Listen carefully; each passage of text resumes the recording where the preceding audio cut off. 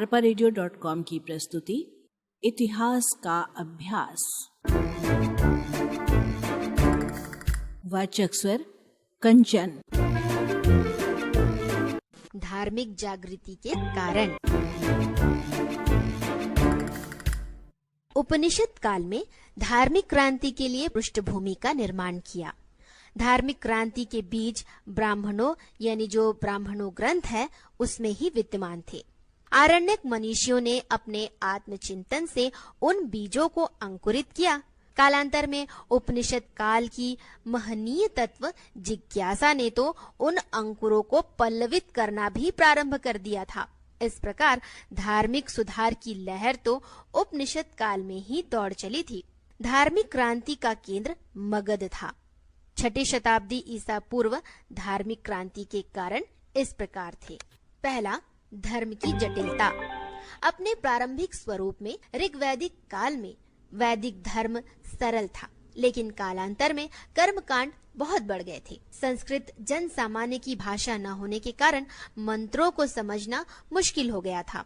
धर्म उनके लिए भार बन गया था, जिसे वे ब्राह्मणों की सहायता के बिना समझ नहीं सकते थे। बाह्य आडंबर बढ़ते बढ़ते जा रहे थे।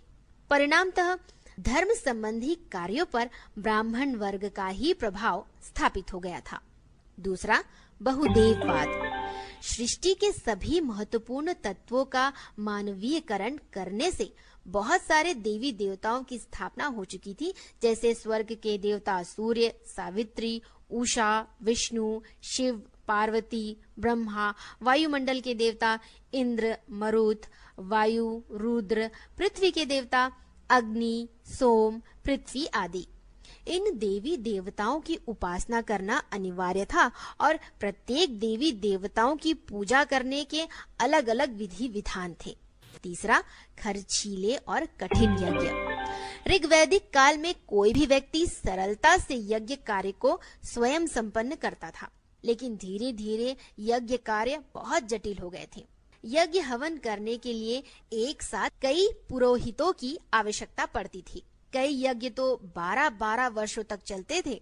यज्ञ के लिए बहुमूल्य सामग्री क्रय करनी पड़ती थी। इस प्रकार यज्ञ इतने खर्चीले हो गए थे कि जनसाधारण की पहुंच से बाहर थे। चौथा, नवीन कृषि प्रधान अर्थव्यवस्था का प्रारंभ। लोहे का उपयोग 600 ईस्वी पूर्व के लगभग प्रारंभ हो गया था, जिससे निर्मित लोहे की कुल्हाड़ियों से जंगलों को काटकर कृषि योग्य भूमि निर्मित की गई। खेती के लिए लोहे के फल वाले हलों का उपयोग होने लगा, जिनमें बैलों का उपयोग किया जाता था। परंतु वैदिक परंपराओं के यज्ञ में पशु बलि दी जाती थी, जिससे पशुधन निरंतर कम होता जा रहा था। मांसाहारी लोग भी पशुओं का वध करते थे। राम शरण शर्मा के शब्दों में वैदिक प्रथा के अनुसार यज्ञों में पशु अंधाधुंध मारे जाने लगे। यह खेती की प्रगति में बाधक सिद्ध हुए। असंख्य यज्ञों में बछड़ों और सांडों के लगातार मारे जाते रहने से पशुधन क्षीण होता गया। पांचवा, कठोर वर्ण व्यवस्था। समाज 4 वर्गों में विभक्त था: ब्राह्मण, क्षत्रिय, वैश्य और शूद्र।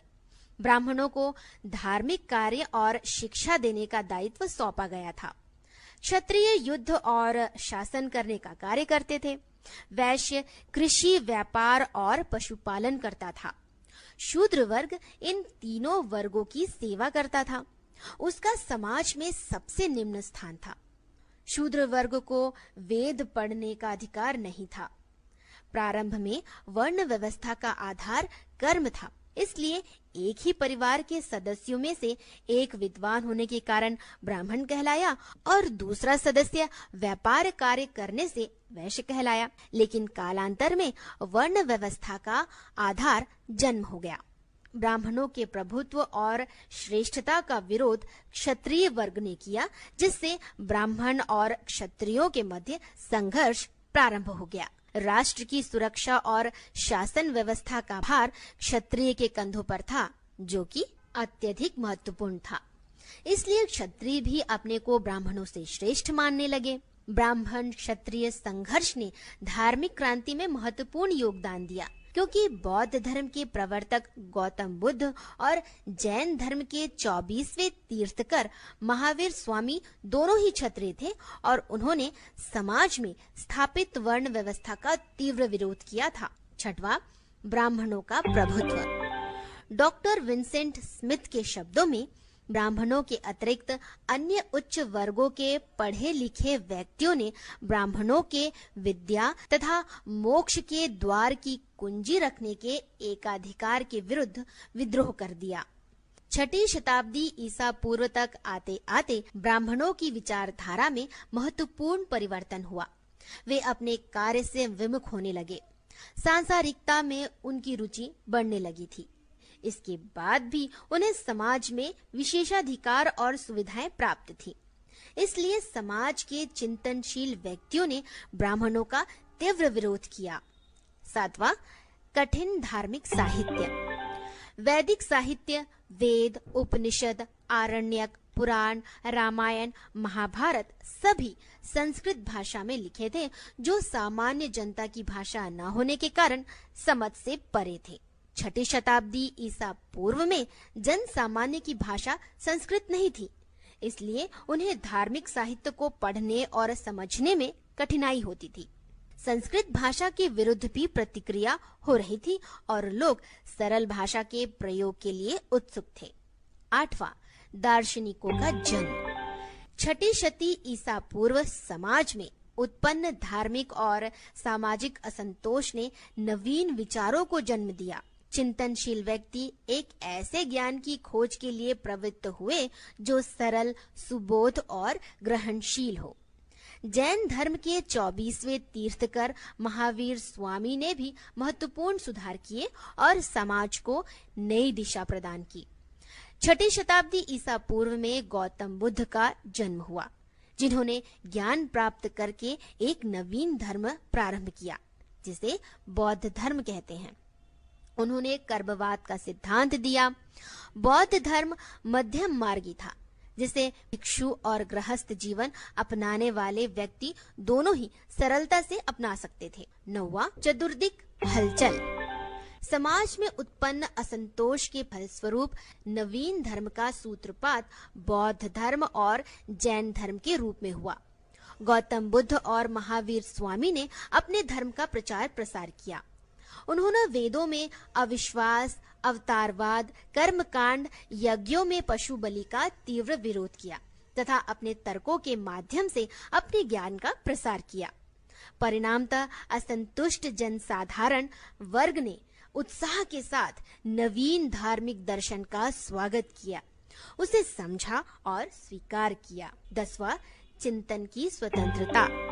6ठी शताब्दी ईसा पूर्व भारत में कपिलवस्तु और वैशाली जैसे अनेक राज्यों में गणराज्य स्थापित थे। गणराज्यों में राजनैतिक क्षेत्र में विचार प्रकट करने की स्वतंत्रता थी। लोग अलग अलग समस्याओं पर बहस करते और अपने विचार स्वतंत्र रूप से प्रकट करते थे। यह स्वतंत्र विचारधारा राजनैतिक क्षेत्र के साथ साथ धार्मिक क्षेत्र को भी प्रभावित किए बिना न रह सकी और नए धर्म की उत्पत्ति का कारण बनी।